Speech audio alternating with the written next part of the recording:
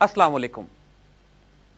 جس دور میں سلطان صلاح الدین ایوبی فلسطین اور شام میں صلیبی جنگوں میں مصروف ہوتے ہیں، تقریباً اسی دور میں افغانستان میں غزنوی ڈائنسٹی تبدیل ہو جاتی ہے اور اس کی جگہ غوریوں کی حکومت وجود میں آتی ہے۔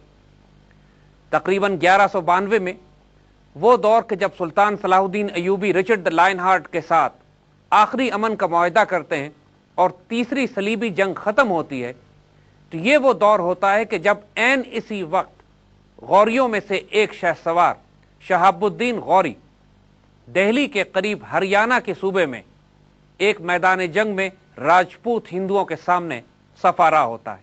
غوری سلطنت کے قیام سے پہلے آپ کو یاد ہوگا کہ محمود غزنوی نے ہندوستان پر 17 حملے کیے۔ ان کے تمام حملوں کا مقصد ہندوستان پر قبضہ کرنا نہیں، بلکہ ہندوستان کو سافن اپ کرنا تھا، نرم کرنا تھا بعد میں آنے والے مسلمانوں کے لیے کہ وہاں جا کر اسلامی ریاست قائم کی جا سکے۔ لیکن جو آج کا پاکستان ہے، پشاور سے لاہور اور ملتان تک کے سارے علاقے محمود غزنوی نے اپنی غزنوی ریاست میں شامل کر لیے تھے۔ تقریباً 1173 میں جب شہاب الدین غوری غزنوی ریاست کو تبدیل کر کے غوری حکومت قائم کرتے ہیں اور ان علاقوں کے گورنر بنتے ہیں، تو وہ یہ تہیہ کرتے ہیں کہ اب ہندوستان پر باقاعدہ لشکر کشی کی جائے اور ہندوستان کو اسلامی ریاست میں شامل کیا جائے۔ یہ وہی شہاب الدین غوری ہیں کہ جن کے نام پر پاکستان نے اپنے نیوکلیئر بیلسٹک میسائل کا نام رکھا ہے۔ غوری سلطان راجپوت ہندوؤں اور برہمنوں کے دلوں میں اس وقت جو دہشت طاری کر رہے تھے، آج بھی وہ دہشت غوری کے نام سے انڈینز پر قائم ہے۔ دہلی سے تقریباً 150 کلومیٹر دور ترائن کے میدان میں ترک فوج راجپوتوں کی ہندو فوج کے سامنے صف آرا ہوتی ہے۔ ہندوؤں کے لشکر میں تقریباً 2 لاکھ سوار، 300 ہاتھی اور بے اندازہ پیدل فوج ہوتی ہے۔ دہلی کا راجہ گووندا بذات خود اس کی قیادت کرتا ہے۔ شہاب الدین غوری کی فوج میں موجود ترک دستوں نے اس سے پہلے کبھی ہاتھیوں کی اتنی بڑی دیوار نہیں دیکھی تھی، نہ مسلمانوں کے گھوڑے ہاتھیوں سے مانوس تھے۔ مسلمانوں کی فوج کو 3 حصوں میں تقسیم کیا گیا، رائٹ فلینک، لیفٹ فلینک اور سینٹر۔ شہاب الدین غوری نے خود مرکز یا سینٹر میں اپنی جگہ بنائی۔ جب راجپوتوں کی فوج مسلمان فوج سے ٹکرائی ہے آ کے، تو مسلمانوں کے گھوڑے بدک گئے اور دونوں فلینکس مسلمانوں کے شیٹر ہو گئے۔ اس کیفیت میں کہ جب رائٹ اور لیفٹ فلینک پیچھے ہٹ جائے تو غوری صرف اپنے مرکز کے ساتھ پوری اس 2 لاکھ کے لشکر کے سامنے سیسا پلائی ہوئی دیوار بن کے ٹکے رہے، مگر دباؤ اتنا شدید تھا کہ اب مسلمانوں کی صفیں اکھڑنے لگی۔ گووندا بذات خود ایک ہاتھی پر بیٹھ کر غوری کے سامنے آیا اور دونوں بادشاہوں کی 10 بتس لڑائی ہوتی ہے۔ اس لڑائی میں دونوں شدید زخمی ہوتے ہیں، اور اس سے پیشتر کہ غوری میدان جنگ میں گرتے، ایک ان کے غلام نے آگے بڑھ کر ان کو سہارا دیا، ان کے گھوڑے کے اوپر بیٹھا، ان کو اپنے ساتھ لیا اور میدان جنگ سے لے کر نکل گیا۔ یہ غلام آج دنیا اس کو قطب الدین ایبک کے نام سے یاد کرتی ہے، جو بعد میں دہلی کے پہلے سلطان بنے۔ میدان جنگ سے پیچھے ہٹنے کے بعد ہندو فوج نے تقریباً 40 کلومیٹر تک مسلمانوں کی تعقب کیا۔ مسلمانوں کے لیے یہ بہت ذلت آمیز شکست تھی۔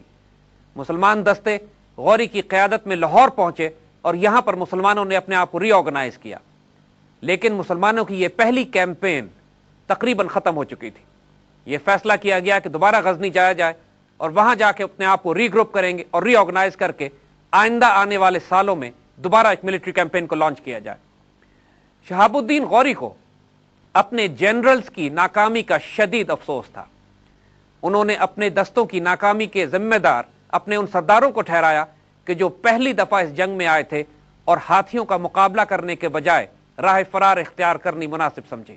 اس غیرت مند سلطان شہاب الدین غوری کو اس قدر صدمہ تھا اس شکست کا کہ اس نے قسم کھائی کہ جب تک دوبارہ ہندوستان جا کر راجپوتوں کو اسی میدان میں شکست نہیں دے گا، اس وقت تک نہ اپنے کپڑے تبدیل کرے گا اور نہ ہی بیوی بچوں کے پاس جائے گا۔ اس شکست کے بعد شہاب الدین غوری نے اپنا وعدہ پورا کیا اور تقریباً 1 سال تک نہ تو کپڑے بدلے، نہ اپنے بیوی بچوں کے پاس جا کے لطف اٹھایا۔ اس کا ارادہ یہ تھا کہ اپنی فوج کو دوبارہ منظم کیا جائے، ترتیب دیا جائے اور دوبارہ لشکر کشی کی تیاری ہو۔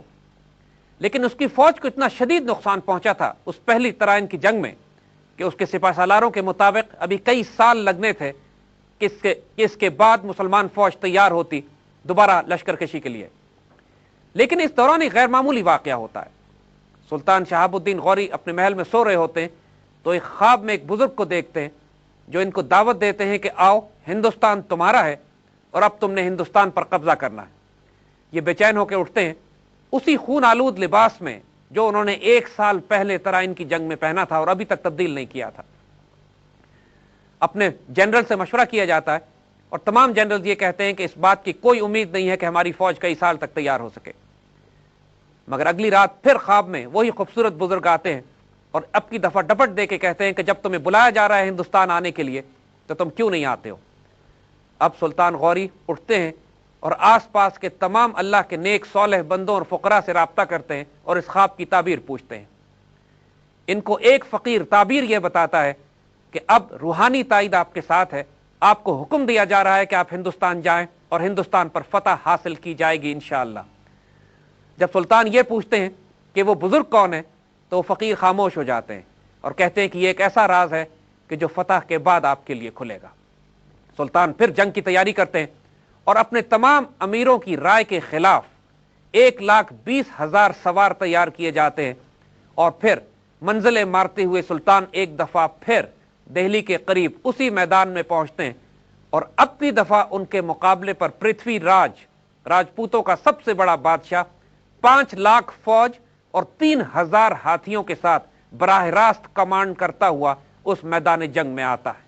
سلطان شہاب الدین غوری کے سامنے آنے والا پرتھوی راج یہ وہی پرتھوی راج ہے کہ جس کے نام پر انڈیا نے اپنے بیلسٹک میسائل کا نام پرتھوی رکھا ہے۔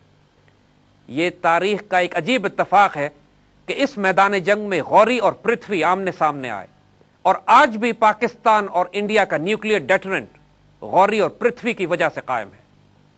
لیکن ہندو اپنے میسائل کا نام پرتھوی رکھتے ہوئے یہ بھول گئے تھے کہ دوسری جنگ نارائن کا انجام کیا ہوا ہے۔